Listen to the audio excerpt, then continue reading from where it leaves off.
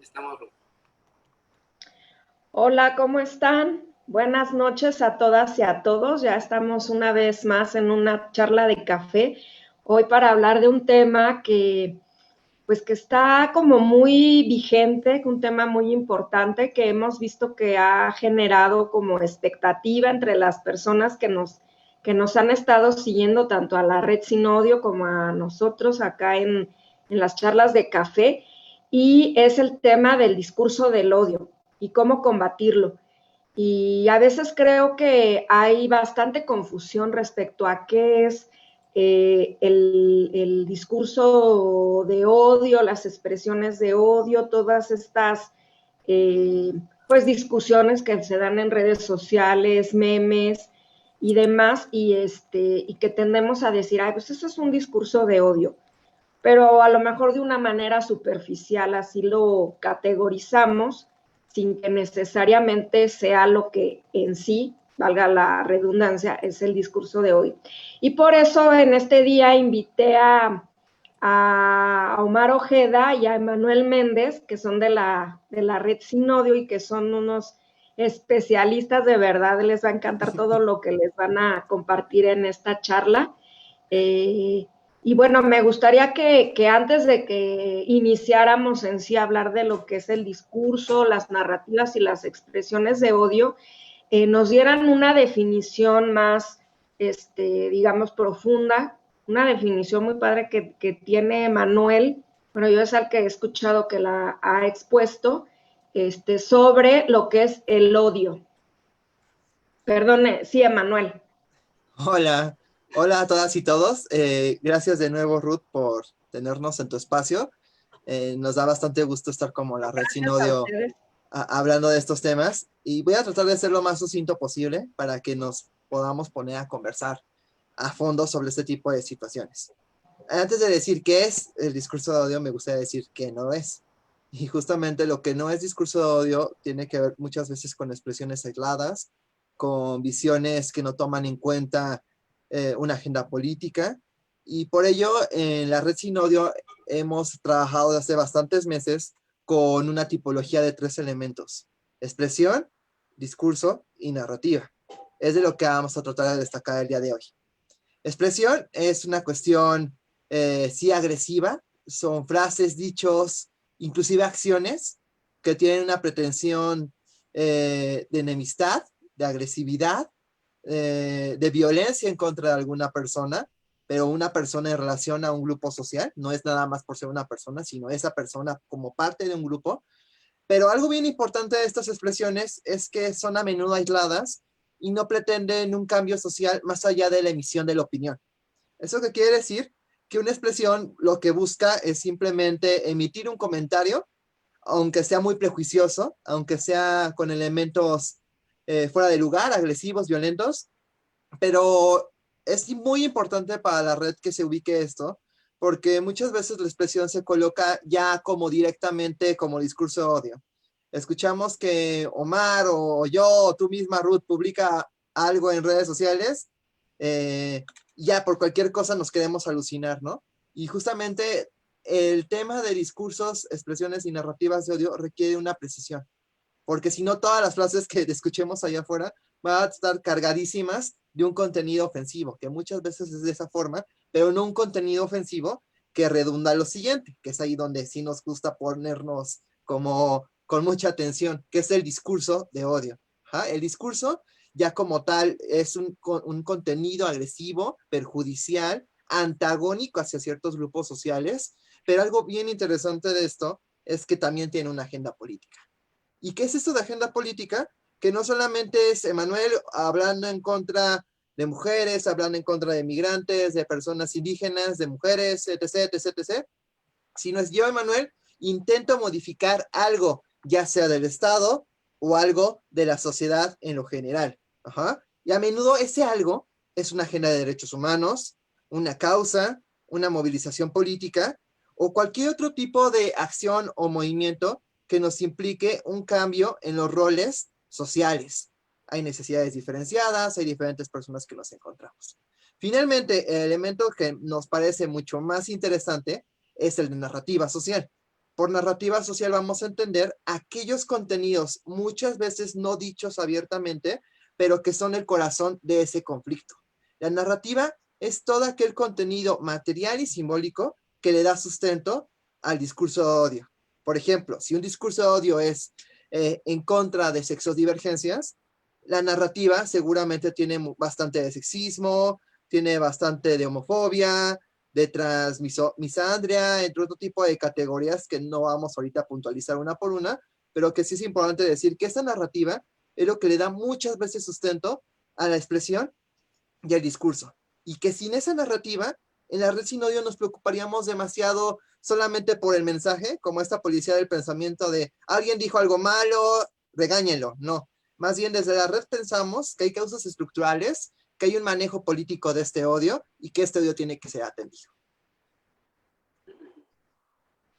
Claro, y aquí yo creo que apuntaría un poco que no es que no nos preocupe justamente las expresiones que ya Manuel ejemplificó y dio exactamente la consideración que tenemos, sino que son también preocupantes. O sea, todo se construye a través de esta narrativa, esta forma en que se nos ha dicho que tenemos que comportarnos, esta historia que se nos cuenta, esta forma en que la sociedad ha determinado que tenemos que actuar de cierta forma.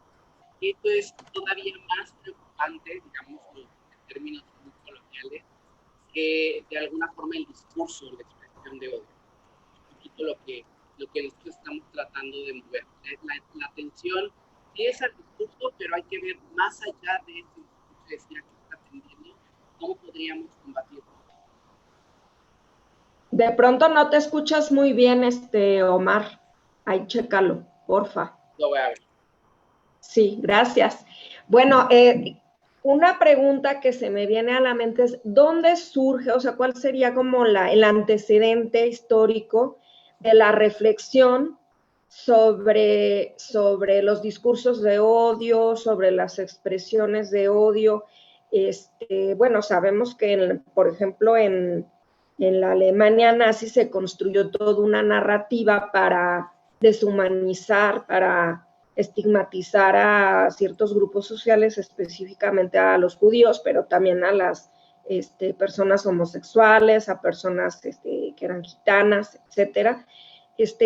¿Dónde empieza a ver esta preocupación o este interés ya más social, académico, de organizaciones de la sociedad civil por el tema de los discursos de odio? La historia podría ser bastante extensa, pero a grandes rasgos, además de la Alemania nazi, también tenemos una serie de sucesos que podemos encontrar en diferentes momentos. Hay personas, y yo me uno a esa opinión, que opinan que los discursos de odio siempre están vinculados con otras violaciones a derechos humanos.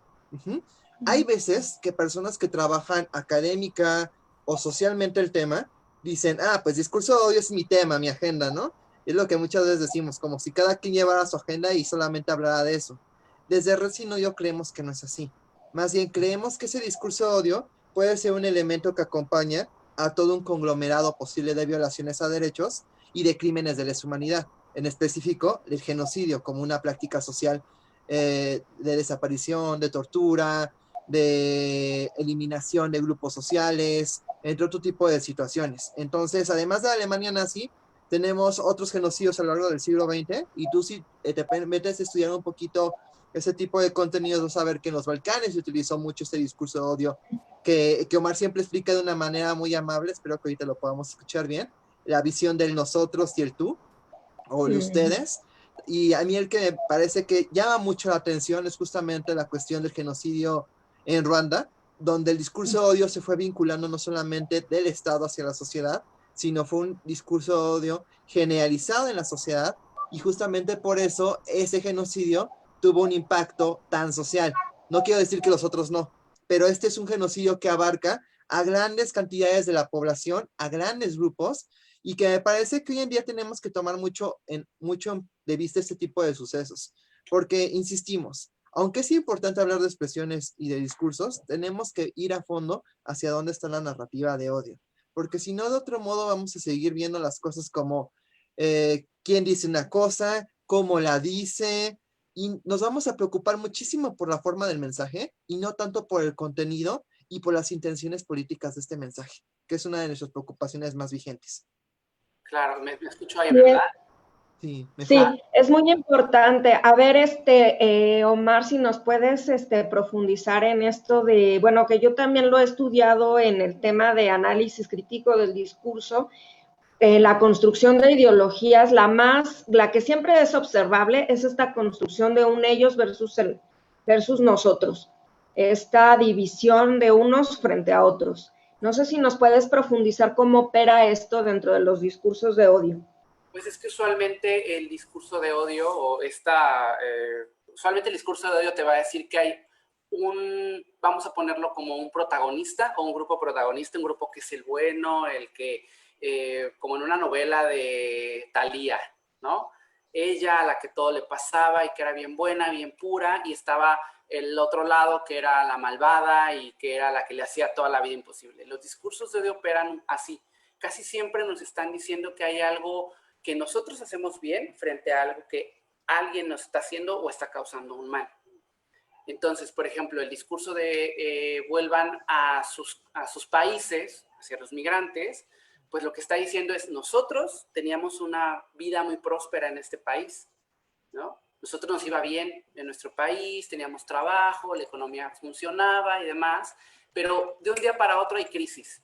Y entonces, ¿a quién vamos a culpar? ¿Quién es el que nos está generando o nos puede regalar una respuesta más fácil y que nos es muy, muy cercana? Pues son los migrantes, ¿no? Y entonces hacemos de antagonistas a los migrantes y les culpamos justamente de todas las situaciones críticas que pasan. Y pues probablemente ese país, nuestro país, entró en crisis por otras cuestiones que no tenían nada que ver con los migrantes, pero el discurso de odio lo que encuentra son salidas fáciles y genera este tipo de nosotros contra ellos, ¿no? Entonces, justo se basan en el temor, en generar estos sentimientos de temor, de recelo, de rechazo hacia esas otras identidades que creemos que tienen, pues, o que son causantes de los males que nos suceden en la sociedad, ¿no? Que lo mismo pasa con las personas LGBT, el discurso de protejamos a la familia natural, ¿no? Que nos está hablando hay una familia que es antinatural, que está en contra de los principios y valores que nos han enseñado toda la vida, y entonces a esa familia antinatural que está formada por 2 papás o 2 mamás, pues entonces no hay que permitirle que tenga lugar, porque si no vamos a tener, vamos a tener que cambiar el cómo vivimos, y entonces eso puede que represente la desaparición, ¿no? Como dicen muchos o al que no podamos seguir procreándonos y se caiga toda la sociedad que hemos construido. Entonces, si nos damos cuenta, hay como nosotros frente a ellos. Nosotros somos los buenos, ellos son los que hacen el mal, ¿no? Y lo mismo puede pasar también del lado de la sociedad civil. O sea, de repente, quienes defendemos derechos humanos caemos en esas mismas juegos. Caemos en estas mismas situaciones. Oye, bien, ¿verdad? Te escuchas más o menos. Se te hizo ruido en el micrófono. Caemos en esas mismas situaciones y entonces de repente muchos de los mensajes que podemos mandar están desde esa sintonía también de nosotros hacemos el bien, ellos hacen el mal, ¿no? Y entonces la espiral o la tensión, digamos, que se crea entre buenos y malos sigue estando vigente y el discurso y el odio sigue estando ahí. Sí, algo importante que mencionó ahorita Emanuel fue que el discurso de odio está vinculado a otras violaciones a los derechos humanos. Con esto se refiere a que estos discursos legitiman esas violaciones de derechos humanos, legitiman y justifican, por ejemplo, un genocidio, una negación de derechos, por ejemplo, a las personas de la diversidad sexual o el racismo, por ejemplo. Es una de las preguntas que más me emociona porque hay muchas formas de estudiar el discurso de odio. Algunas, digamos que las más abundantes, es que el discurso de odio es un problema de tensión entre derechos. Dígase el derecho a la libertad de expresión con otra suma de derechos. A mí me gusta verlo un poquito más estructurado en lo que estás mencionando. El discurso de odio como una forma de aseverar que ciertos grupos tienen una posición social establecida y que además esos grupos no pueden demandar cambios en su situación de vida. Y es justamente lo que me parece escabroso de esta situación. Justamente en el chat nos escribió Daniel Ayala una pregunta, no la voy a leer completamente, pero la voy a analizar como ejemplo, sobre qué pasa cuando el personal docente retoma ciertas visiones en contra de colectivos, digamos, sexodivergentes o de mujeres. ¿Es discurso de odio? Posiblemente no, pero tiene una carga narrativa que con el paso del tiempo puede abocar y puede desarrollar que este odio particular de un individuo, un docente, se pueda convertir en un odio social. De ahí que sea tan importante para nosotras y nosotros la cuestión de la narrativa social. Si nos concentrábamos solamente en discursos, pues no, el señor da su clase y nada más en aquella ocasión lo dijo así. Pero si además pensamos que ese señor es un agente público, un docente, un funcionario que tiene repercusión en sus dichos y hechos, en medio de un espacio de socialización tan complejo, pues ya podemos decir que hay una narrativa desarrollada en ese espacio educativo. Y eso nos parece que es central porque muchas veces estas tipologías se utilizan como, esto es expresión, no, esto es discurso. Y la red no tiene tanta esa intención como clasificatoria de, no, lo que dijo fulanito es expresión y lo que dijo Omar es discurso. Pero sí tiene una centralidad bien importante en que revisemos las narrativas, sean cuales sean. Con esto quiero decir que a lo mejor el profesor lo dijo de manera aislada, pero ¿qué pasa si ese profesor, clase tras clase, dice lo mismo? Y clase tras clase acosa a las personas gays o lesbianas o trans de ese grupo escolar. Pues ya estaríamos hablando que hay un desarrollo diferente de la agenda, aunque sea una agenda muy particular del salón de clases. Entonces, me parece que es muy importante verlo por ese lado. El discurso de odio vinculado con otras violaciones, pero también con otros conflictos, porque digamos que es como una enzima social. La podemos utilizar para jalar agua para nuestro molino, para nuestras causas, como para empujar a quienes nos desagradan, como le estaba diciendo Omar hace un ratito. Sí, ahorita que pones el ejemplo del espacio escolar del profesor, pues un profesor en un espacio escolar es una figura de poder. O sea, nos guste o no, tiene una autoridad, está ahí, es una figura con poder. Y también vemos, por ejemplo, que mandatarios como Donald Trump, ¿no? Da mensajes contra los migrantes, da mensajes, creo que también ha tenido mensajes contra las personas afroestadounidenses, incluso con personas de la diversidad sexual. Es lo mismo que una persona que tiene poder expresa este tipo de discursos o que cualquiera ahí perdido en las redes sociales sistemáticamente esté dando expresiones misóginas o contra Yalitza, ¿no? La actriz esta oaxaqueña que le dicen que está india, ¿no? Que es una india, que esto, que lo otro. O sea, es lo mismo que cualquier persona que tiene 50 seguidores en Twitter expresa este tipo de discursos a que lo haga alguien con millones de seguidores y que además tiene poder. Y no poder simbólico, o sea, poder real. Sí, no, pero no es lo mismo. O sea, hay justamente algo que nosotros hemos discutido mucho. O sea, estas discusiones se han dado durante años prácticamente entre Manuel y yo y con el resto de las personas que están. Pero no, justo es parte del llamado que de repente hacemos de decir que no todo puede ser calificado, porque es una calificación injusta, ¿no? Que puede causar también de repente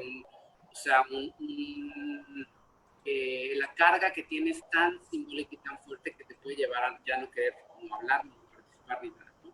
Y el discurso de odio, justo hay algunas organizaciones de la sociedad civil internacionales y algunos principios y otros documentos que en la página de la red Sin Odio podrán encontrar y que estamos justamente recopilando y analizando, que hablan de ciertos elementos que tenemos que tener en cuenta para poder determinar qué es un discurso de odio, ¿no? Ha sido tan la discusión entre qué es, qué no es, cómo lo calificamos, qué ponemos, que se crearon estos, digamos, como niveles o como elementos, sí, que tiene que cumplir un discurso para poder ser calificado como de odio, ¿no?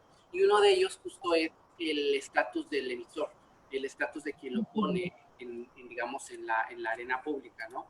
Y entonces no es lo mismo que Bebechito23, _4, usuario de Twitter, con sus 100, 200 mil seguidores, ponga discursos o ponga expresiones que tengan que ver contra los migrantes, como ya explicó Manuel, ¿no? Es un nivel, tienen cierta agenda, están dirigidos a un tipo de momento, pero no es lo mismo que Donald Trump lo diga, ¿no? No es lo mismo que, por ejemplo, el presidente Andrés Manuel López Obrador salga así en la mañanera que en México no hay violencia de género, ¿no? O sea, que ya la violencia contra las mujeres acabó. Entonces, no es lo mismo que lo diga el periodiquito de Cabo San Lucas a que lo diga en la mañanera el presidente, ¿no? Entonces, lo mismo aplicaría para el discurso de odio.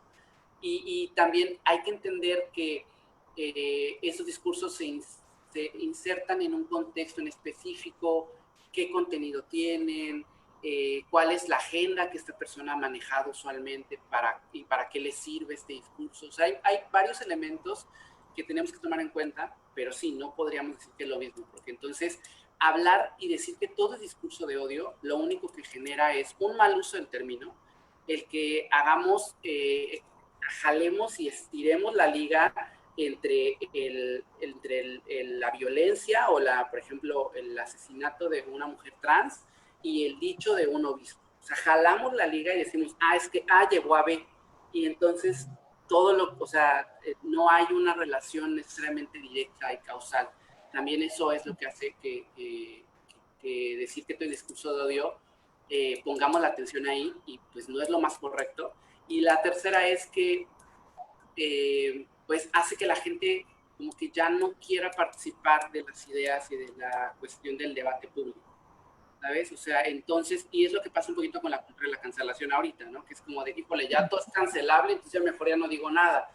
Y eso deja, o sea, es contraproducente justamente incluso para el avance de derechos, ¿no? Porque los derechos humanos avanzan también conforme avanzan los debates en torno a ellos y a su alcance. Entonces, si dejamos de debatir, si dejamos de compartir esas ideas, pues entonces vamos a acabar con las mismas, o sea, se rompe la progresividad de los derechos humanos también. Oigan, Emanuel y Omar, ¿ustedes consideran que una forma de contrarrestar este tipo de discursos podría ser invisibilizándolos? Y lo digo en este sentido. El día de ayer vi un tuit de un sujeto, la verdad no recuerdo cómo se llama, Mauricio, no sé qué cosa, un tuit muy misógino contra una chica y que la verdad es que no quiero repetir lo que dijo, pero era algo misógino respecto a ella, muy directo, muy grosero, muy violento. Y de pronto se hizo tendencia porque de alguna manera cuando tú empiezas a darle contestar o le das repetir para le das retuitear para hacer un comentario respecto al tuit original, pues lo único que haces es viralizarlo y visibilizarlo más. Yo creo, en mi personal punto de vista, y aparte porque he leído a algunos especialistas respecto a cómo utilizar de manera las redes sociales, de manera que este tipo de discursos más bien queden pues en el olvido y se vayan a la red profunda. ¿Ustedes qué consideran? ¿Que se deben visibilizar o que se deben de invisibilizar o que se deben hacer virales? ¿Qué consideran? Yo creo que me voy a divertir mucho con las preguntas del día de hoy y la voy a relacionar un poco con la que nos hace Lili Pérez en el chat de la Red Sin Odio sobre si tenemos que tener una forma punible a este tipo de discursos. Yo, en mi opinión, y quizá también es una opinión que puede estar en contraste con personas también de la red, que ahí sí diferimos muchísimo sobre en qué medida hacia un lado o hacia el otro, pero en mi opinión, justamente hacer punible un discurso es hacer y creer que el discurso es algo individual. Y eso me parece que es importantísimo de poner en la mesa. No es nada más Donald Trump, no es nada más Jair Bolsonaro, no es youtuber Bebecito 2310 que dijo Omar Ojeda, es un conjunto de personas que utilizan voceros, un conjunto de personas que si se va Trump va a aparecer alguien más que tenga el mismo pensamiento. Por más que exista un juicio político a Bolsonaro en algún momento, hay una serie de personas de la sociedad brasileña que está a favor de la racialización de los cuerpos en Brasil. ¿Y esto qué quiere decir? Que desde el Red Sin Odio lo que buscamos es una visibilidad de los problemas, ojo, no una romantización, porque hay veces que comentan que la cuestión del el antidiscurso odio es llevémonos bien, inclusión wannabe, todo el mundo va a estar feliz, y no tampoco. Creemos que tenemos que tener un realismo preciso, fuerte, sucinto, pero también tenemos que tener una visibilidad de que no es nada más el emisor del odio. El emisor del odio viene acompañado de personas que abiertamente levantan la mano o que están detrás esperando su momento para apoyar. Y de ahí tenemos que tomar mucho en cuenta que el discurso de odio está muy relacionado con la movilización social, que es una movilización social que no nos puede gustar, a lo mejor. A mí, en lo personal, una movilización basada en odio me parece algo que se debe de debatir, algo que se debe de visibilizar, pero justamente está en el ojo del huracán toda la discusión de en qué medida el odio es un motivante de cambios sociales, pero no para bien, sino para cambios sociales con una base de antiderechos.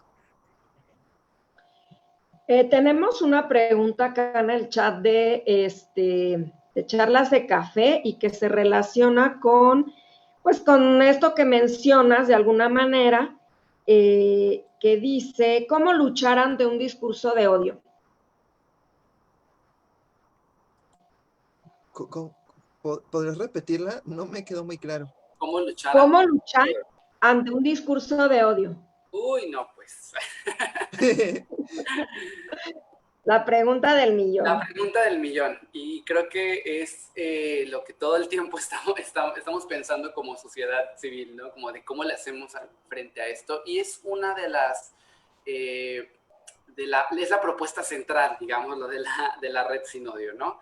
El entender la narrativa que atiende o que existe detrás del discurso, de lo que estamos viendo, de aquella expresión que consideramos como odiosa, entender la narrativa para entonces proponer lo que llamamos narrativas alternas y contranarrativas, que son estos ejercicios ya después de que entendimos a qué narrativa está atendiendo, cuál es la historia que está contando ese discurso, cómo podemos hacer para combatirlo de frente, de alguna forma, o sea, lanzar una idea que pueda en ese momento neutralizar o pueda desarticular ese discurso o esa expresión o generar otras alternativas mucho más elaboradas, como videos, como imágenes, como algún proyecto social mucho más amplio, pero que busca justamente dar visiones alternas de la realidad, es decir, eso que dice ese discurso no es cierto, está por acá, o sea, el tema es acá, ¿no? O lo importante no es eso que se está discutiendo, sino es este otro. O directamente, como lanzar un meme, lanzar una imagen, pero acá lo que hay que tener mucho cuidado es que nuestra respuesta o lo que desde donde vayamos a contraargumentar ese discurso no genere más odio o más tensiones o más polarización, que esa es justo una de las grandes también como los grandes debates que tenemos dentro de la red sin odio, que eso es bien importante decirlo, no todos tenemos un acercamiento igual a la libertad de expresión, ni a cómo combatirlo, ni al límite, ni a si es punible o no. Y eso es válido justamente porque es un tema muy, muy con diferentes aristas. Pero ayer, por ejemplo, sacamos un comentario, una publicación en Facebook hablando justamente de estos mensajes que con toda la intención y con todo el objetivo de hacer visible un punto acerca del tema del aborto y el tema de la votación en Veracruz, frente a la, digamos, agenda provida que genera, digamos, que generó que no pasara la votación, pero que generan mucha más, o sea, ponen en el ¿cómo decirlo?, en el ojo, o en la imagen expresamente a niños, a mujeres jóvenes, embarazadas, en situación de pobreza o desigualdad, muchas veces ellos racializados. Entonces, las ponen en esas situaciones, en esas imágenes, y no están generando o sea, están logrando su punto de decir, ok, ya ven, no votaron por el aborto y ahora pues estas mujeres los van a tener allá. Pero eso nada más está generando más tensión, más criminalización. O sea, está moviendo el discurso, moviendo la atención hacia otro problema social, pero no está como bajando la espiral del odio. Entonces, eso también hay que tenerlo bien en cuenta. Y que además nos debe de ponernos a pensar muchísimo de en qué medida una de las circunstancias más fuertes del odio tiene que ver con la negación de la persona. En otras palabras, con la deshumanización. Los ejemplos que está diciendo Mar no nos parecen incorrectos o inadecuados por visibilizar los problemas sociales. Todo lo contrario, entre más se visibilicen los conflictos sociales, más trabajamos en contra de los odios sociales. Pero aquí hay que tener una clave si estamos combatiendo específicamente a la persona o a la condición estructural. Claro. Susan Sontag, en un libro que seguramente a ti también te gusta mucho, Ruth, Ante el dolor de los demás, decía que cuando las personas nos exponemos constantemente al dolor, en imágenes, en contenidos, en notas periodísticas, en la tele, nos vamos deshumanizando e insensibilizando de los problemas sociales y los convertimos en un show social. Esto quiere decir que el odio, si no es trabajado con una contranarrativa y una narrativa alterna, lo único que va a lograr es que justamente se mantenga esa espiral, donde no veamos el problema de reparto de la riqueza en un país, sino en la persona pobre, que es lo que muchas veces hablamos cuando discutimos la circunstancia de clasismo. ¿Por qué siempre culpabilizar a la persona por tener hijos, por sus decisiones, por su educación sexual, en un país que castiga y persigue a las personas que intentan tener otras opciones de vida o que intentan poner una educación sexual generalizada? En ese sentido, cuando decíamos hace ratito de modificar una agenda pública, no quiere decir solamente modificar al Estado, sino modificar cada relación y lazo social que tenemos. Los lazos familiares, los lazos emotivos, psicoafectivos, los lazos entre amistades y un montón de lazos que van construyéndonos como personas. Creo que han estado mencionando una cuestión muy, muy importante respecto al discurso de odio, que tiene que ver con que es un problema y un fenómeno eminentemente social. Porque a veces pareciera que en retomar el concepto de manera frívola, de manera abstracta, pues como si fuera una persona nada más ahí perdida en algún lugar, expresándose de manera, pues a lo mejor sí que atenta y vulnera los derechos de otros, su integridad, lo violenta y tal, pero como si no tuviera relación con todo ese como amalgama social, ¿no? Que le da fuerza, le da sentido, le da, incluso lo define. Entonces me parece muy importante esto que mencionan, esto último que mencionaste, Manuel, pues me parece muy, muy importante, y por eso creo que valdría aquí la pregunta que me decías hace un rato en una charla que tuvimos en el chat, que el odio no es algo irracional. ¿Cuál sería la racionalidad del odio? Ah, qué buena pregunta.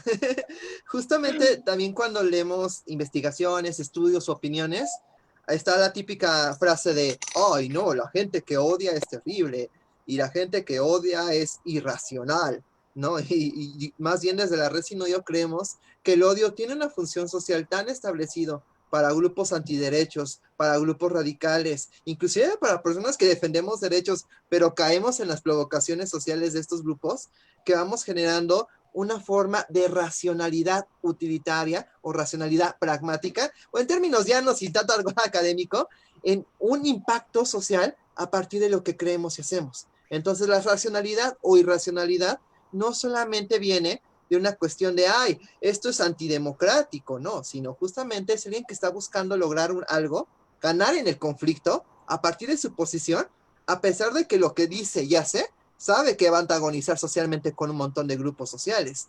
el Frente Nacional de la Familia, los grupos antimigrantes fronterizos, otros tantos grupos saben que su discurso puede ser antagónico para otros tantos, pero para ello también hacen uso y crean nuevas formas de entender el mundo. Por ejemplo, la que nos gusta muchísimo, ideología de género, es un discurso que nace de estas agendas, que tiene una base racionalizada, pensada, reflexionada, para atacar a los grupos que defendemos derechos. Entonces, el odio no es de alguien terrible, malvado, el monstruo de 4 cabezas que nos persigue, sino es de un montón de gente que se organiza, que hace unos discursos muy conglomerantes, muy fuertes, muy que invitan a las personas a unirse a estos grupos. Entonces no es irracional, es profundamente racional y profundamente emotivo, que es lo interesante de esto. No solamente hablamos de juicios de valor, sino hablamos de cómo conmuevo a las personas para modificarle sus sensaciones. Inclusive el tono. No es lo mismo andar gritando como yo, que siempre me emociono, andar así como de, ay, es que según planito. No, el tono importa muchísimo. Si modificamos el tono del mensaje, como saben hacer muchas veces estos grupos, no solamente convencemos, atraemos adeptos a nuestras movilizaciones. Y es que justamente ese es uno de los puntos, ¿no? El discurso de odio atiende a las emociones. Casi siempre te está, o sea, ¿qué te está diciendo? ¿Qué te dice? Creo que es una cosa que nos ayuda mucho a nosotros de repente para construir mensajes, que es, pero ¿qué estamos diciendo? ¿Cuál es la emoción detrás de esto? ¿Hacia quién, hacia dónde va a llegarle a la gente? No es como que, ay, les va a causar amor y entonces se van a iluminar. No, no, no. Pero si nos ponemos a pensar, los discursos de odio usualmente están apelando al miedo, a la preocupación, a algo, a una carencia. Entonces, eso es más común a mi realidad cuando yo vivo en un país con pocas oportunidades, precarizado, con violencia, o sea, me preocupa todo el tiempo y entonces me va a llegar, me viene este mensaje que me da una propuesta aparte, que es un poco ahí por donde va lo de Manuel, ¿no? Que me da una propuesta, me va a mover hacia algún lado, pero me está apelando a algo que me es común, algo que yo estoy sintiendo en este momento y entonces lo va a hacer más fuerte.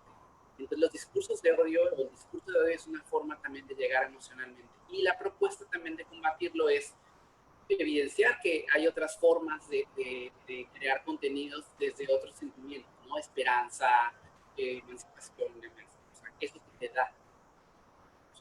Pero también, ahorita que mencionas la esperanza, también creo que se pudiera generar, cuando se apela a lo emotivo, una falsa esperanza, una esperanza como en un sentido muy optimista, exageradamente optimista, porque hay otra forma de ver la esperanza que es una forma muy radical también, que ahorita no me voy a meter en ese tema, pero fíjate cómo se asocia también esto del discurso de odio a las fake news, ¿no?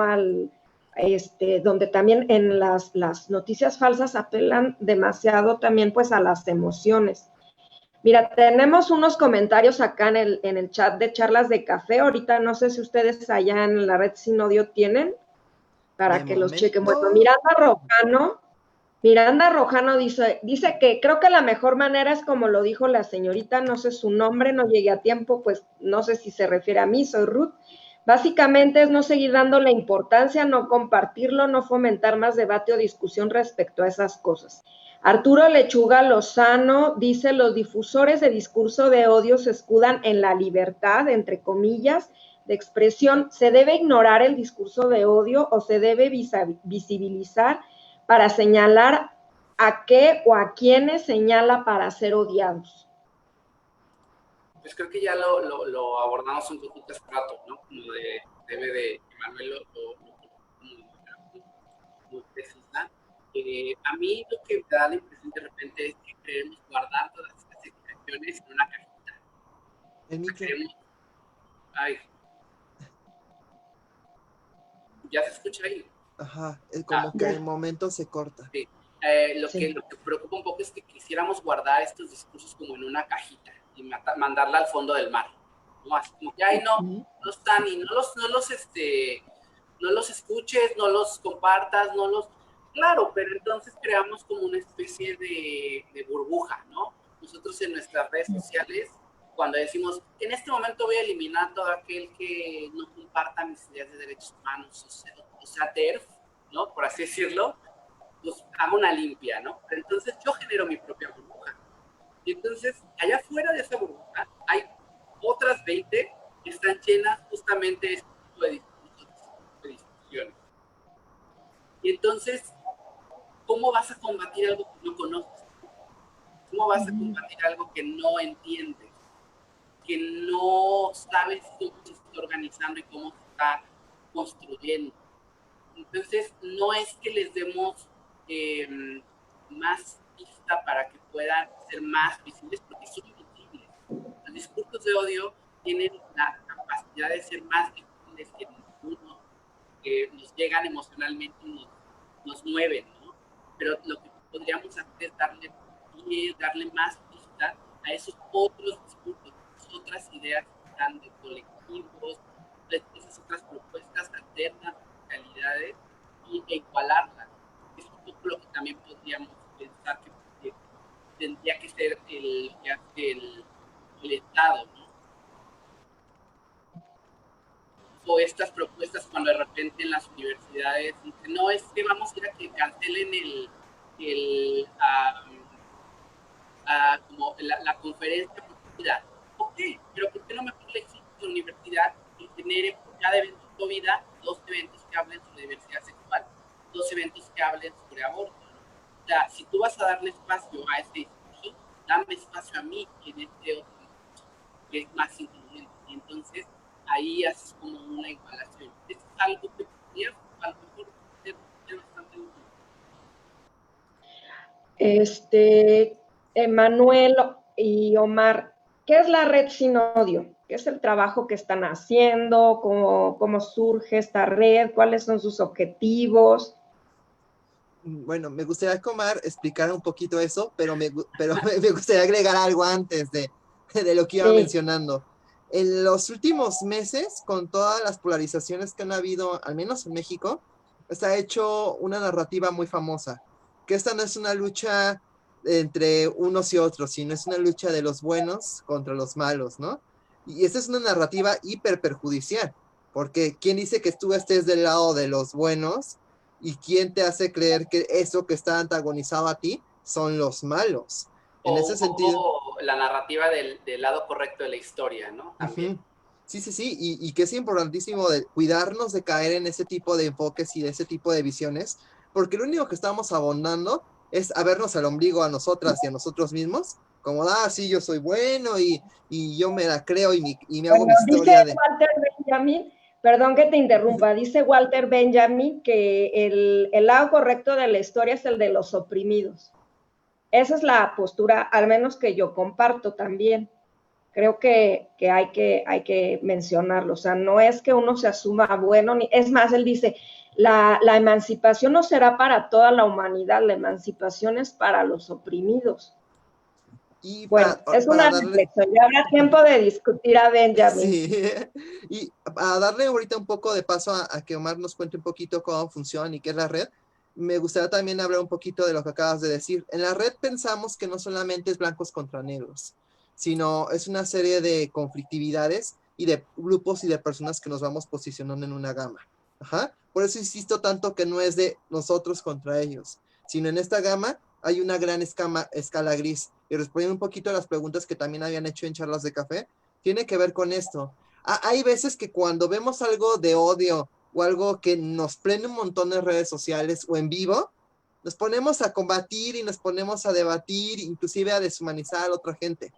Más bien, un poco el trabajo que tiene que ver con la Red Sin Odio es en qué medida le ponemos los reflectores a las raíces, a los corazones de los conflictos, y en qué medida estamos visibilizando la forma en la que el odio opera socialmente en cada uno de sus espacios, sea sociedad civil, sea Estado, sea agentes antiderechos, entre otros.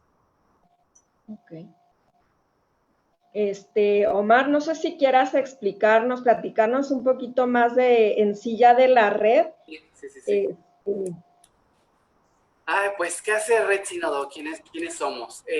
No sé si, creo que me escucho bien. No sé, estoy teniendo problemas con el audio. Pero Red Sin Odio es un proyecto. Estamos llevando un grupo de activistas que trabajamos desde los derechos humanos. Y la idea es promover estas acciones que combatan estos discursos y expresiones de odio, como ya lo mencionó Manuel, pero a través de comprender de dónde surgen, o sea, las causas y qué consecuencias sociales tienen, y entonces proponer pues, estas nuevas narrativas, ¿no? Estas narrativas que hablen desde un lugar de la inclusión, en el más amplio espectro de la palabra, sobre todo que inviten este diálogo. La idea es promover el diálogo, es no romper justamente o no entrarle al juego de tú sí puedes, tú no puedes, ¿no? Siempre como permear el intercambio de opiniones. Evidentemente hay opiniones que pueden salir o ser como más odiosas y que a lo mejor podemos decidir no hacer caso, porque también es algo que la red nos opone, ¿no? Si tú no quieres, no hay que confrontarla, no la confrontes, pero en la medida de las posibilidades que puedas, hazlo, ¿no? Y la propuesta. Y como ya lo dijimos, o creo que se ha tratado la charla, pues impulsamos este análisis, ¿no? De las narrativas que justo le dan origen al odio y que tanto se ejercen en espacios políticos, sociales, ¿no? Y nuestro trabajo es crear o impulsar la contención de las narrativas alternas y las contranarrativas, siempre apelando al respeto de los derechos humanos. Eso creo que también Emanuel ya lo dejó muy claro y hemos, ¿no?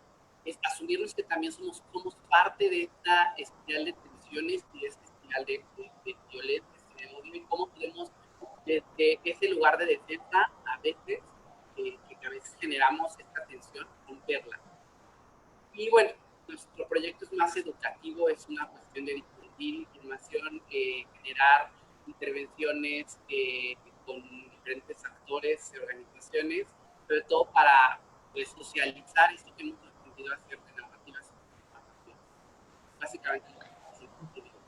Ahorita que ¿sí me escucho? Sí.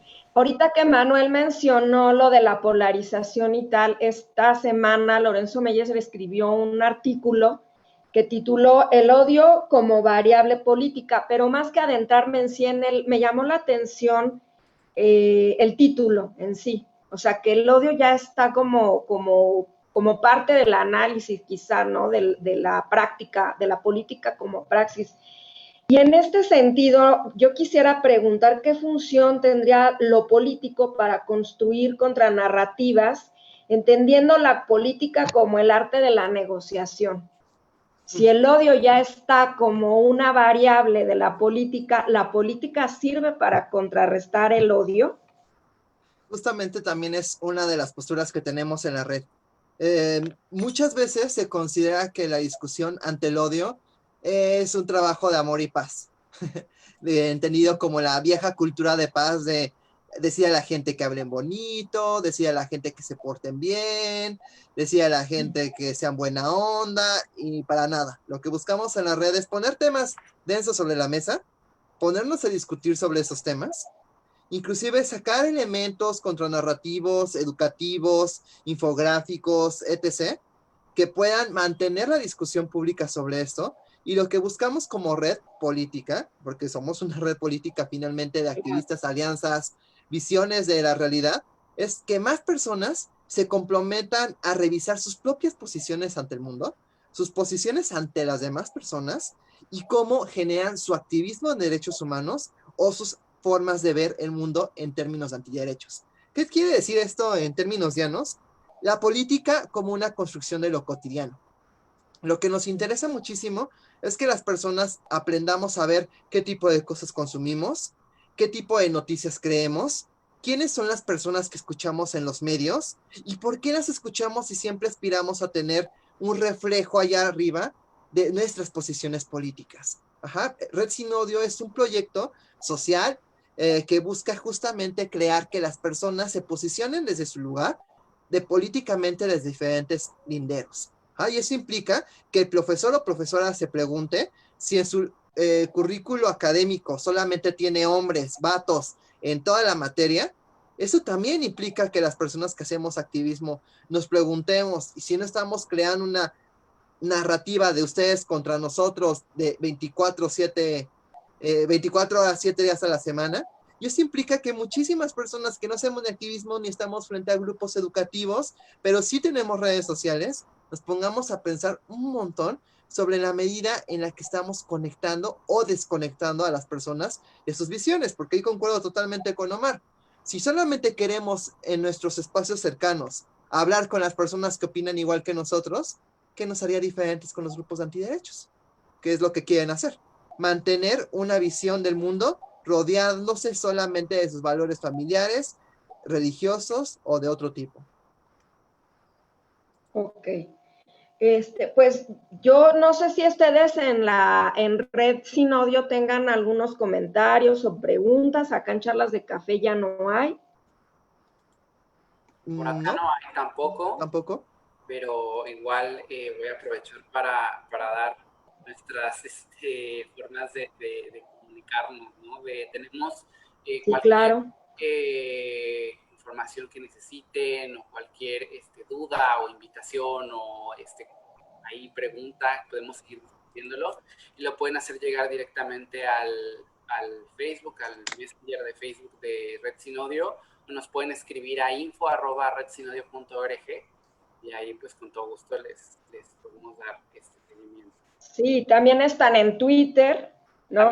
Twitter, que se lo estamos estrenando, no lo usamos tanto porque apenas nos estamos ahí entrenando en eso, pero sí, también estamos en Twitter, estamos como sinodio-red, y que ahí también pueden encontrar alguna información que compartimos de otras organizaciones que también están trabajando el tema o que hablan sobre ahora tan preocupante que es el tema de la libertad de expresión, los derechos de autor y demás cosas que están pasando con respecto a las nuevas reformas que apenas entraron. Y los videos que hacemos acá y otro tipo de informaciones que son importantes, pero bueno, esto todavía lo estamos alimentando. Vamos poco a poco, pero el Facebook casi siempre está más activo y por acá nos pueden encontrar. Sí, también acá en Charlas de Café tendremos algunas charlas que estamos haciendo en alianza. Hay temas por ahí que queremos tratar, como las terapias de conversión. Queremos hablar también con personas de la diversidad sexual. Tenemos por ahí como temas pendientes todavía de agendar. Apenas tenemos la agenda de agosto. No sé ustedes qué programas tienen para para lo que es la próxima semana. Si los quieren mencionar para que los sigan. Ok, pues justamente como hoy inicia agosto, tenemos una agenda preparada para el siguiente mes para hacer diferentes charlas una vez a la semana sobre temas de juventudes. Es importante decir que hay personas que todavía pertenecen a la franja demográfica de persona joven, que en México es 18-29. Omar ni yo ya no tenemos esa edad, pero también tenemos un enfoque de juventudes en términos de alianzas intergeneracionales. Entonces, tanto las juventudes de la red como las personas que nos definimos como aliadas y aliados, estaremos acompañando mucho este mes el tema de cuestiones de juventud, adultocentrismo y este tipo de temáticas. Así como en meses anteriores vieron que la red publicaba muchas cuestiones sobre sexodivergencia, luchas de la diversidad sexual, etc. El mes de agosto lo vamos a concentrar, no sin nublar las otras agendas, a qué tipo de cargas adultocéntricas están cargadas. ¿Por qué? Porque también es importante definir cómo la narrativa social, y dado que tenemos algunos minutitos, voy a sentarme quizá ahí para abonar un poquito a lo que decíamos al inicio. La narrativa social es tan canija que lo que realiza es no solamente combatir a las personas por su pertenencia a un grupo, sino también por la percepción que se tiene sobre esa persona en relación a cierto grupo. Si, por ejemplo, ahorita hiciéramos un experimento social y le preguntáramos a la gente de la calle en una encuesta abierta, ¿cuántos años tiene Omar, cuántos años tiene Manuel y cuántos años tiene Ruth? Nos van a dar una tasa demográfica bien diferenciada. Y eso quizá me llega a posicionar en una escala de edad que ya no cumplo, pero que finalmente por la carga adultocéntrica, por la carga narrativa, podría seguir viviendo. ¿Y eso por qué es importante? Porque la narrativa social excluyente no solamente impacta a quien es parte de ese grupo, sino también, y esto es algo que nos debe de preocupar, a alguien que tiene elementos, características o bases identitarias similares al grupo. Si, por ejemplo, un hombre heterosexual se pinta las uñas, por decir algo, y alguien lo ve en la calle, una persona homofóbica, puede reconocer en esa persona heterosexual algo que le parece desdeñable o que pueda al odio. Eso quiere decir que la narrativa social no solamente va a impactar a quien se autoadscribe a un grupo, sino la narrativa social va a circunscribir a una serie de personas que cumplen con esos símbolos. De ahí que también muchas veces nos dicen personas, a veces en los comentarios, incluso con un afán de provocación de, es que ustedes nada más defienden a las minorías, que también minoría me parecería una palabra equivocada, ¿no? La Red Sin Odio no defiende a las minorías, lo que defiende es una cadena de derechos que a menudo es mantenida, sostenida y expresada por grupos que nos adscribimos a alguna identidad no normativa o alguna identidad disidente. ¿Y por qué es importante decir esto? Por la polarización social que atañe mucho al discurso de odio. Tenemos unos comentarios acá en el canal de Charlas de Café. Sergio Moraes, saludos chicos, excelente charla. Arturo Lechuga Lozano, saludos del Mariachi Ninja, gracias. Y una pregunta con la que me gustaría que cerráramos, que creo es muy, muy buena pregunta de Azul Luna, si me lo permiten, Emanuel y Omar, ¿cómo se puede trabajar con los niños estos temas, bueno, los niños y las niñas, estos temas donde culturalmente se les enseña a ser parte de estos discursos de odio? No sé si quieres decir algo más. No, okay. Bueno, sí, porque también es... Sí, tú eres el responsable de educación acá. Pues mucho del ejercicio educativo tiene que ver también con la revisión, no solamente de nuestros contenidos, sino también de las metodologías. Para la compañera que está haciéndonos la pregunta, me parece que Azul, aquí simplemente sería un recordatorio a que la educación no solamente es el ejercicio de expresión de ciertos contenidos, sino también de formación política desde la niñez. Así ya decir esto es como de, ay, qué denso, ¿no? Desde niños y niñas ser político, pues sí. Justamente ahí está el punto que también queremos invitar. El jardín de niños luego trata al niño y a la niña, o la primaria trata al niño y a la niña como, a ver, niños y niñas, vamos a aprender los colores con monstruos de colores, ¿no? Y pues muchas veces la niñez ya no es la misma con la que nosotros crecimos, ya no es la misma niñez. Entonces tenemos que tomar en cuenta cómo es el mundo el día de hoy, cómo la digitalidad ha modificado la forma en la que las niñas y niños se ven a sí mismas y ven al mundo, y también me parece que tiene que ver con un ejercicio de acompañar de manera diferente. Quizá lo que podría ayudarte mucho para seguir respondiendo a tu pregunta es seguir viendo las emisiones, aquí el Comercial Norte. Este mes justamente vamos a hablar mucho del adultocentrismo y de cómo le cargamos responsabilidades a las niñas y a las juventudes, o cómo les quitamos participación y papel político, que es ultra relevante que desde pequeñas y pequeños sepamos que son agentes que van teniendo una posición política importantísima en cualquier negociación social. Bueno, pues ya cerrar nada más un último saludo de Quique Ventura. Felicidades por estos espacios muy necesarios, Ruth, Omar y Emanuel. Pues muchas gracias a todos y a todas, en especial Omar y Emanuel. De verdad que siempre es muy grato charlar con ustedes de estos temas. Y de los próximos, larga vida a la Red Sin Odio, y esperamos seguir contando con ustedes para otras charlas y pues seguir también en la alianza. Por supuesto, tenemos que seguir tejiendo y dando espacio y voz a quienes, como lo hemos mencionado en otros momentos, pues no la tienen realmente, ¿no? Y además temas que pues tampoco se están discutiendo en ningún medio. Muchísimas gracias y buenas noches a todas y a todos. Gracias a todas las personas que emitieron comentarios y que nos escucharon, y esperemos que puedan seguir viendo estos videos en vivo o en diferido, si no los pudieron ver a la hora indicada.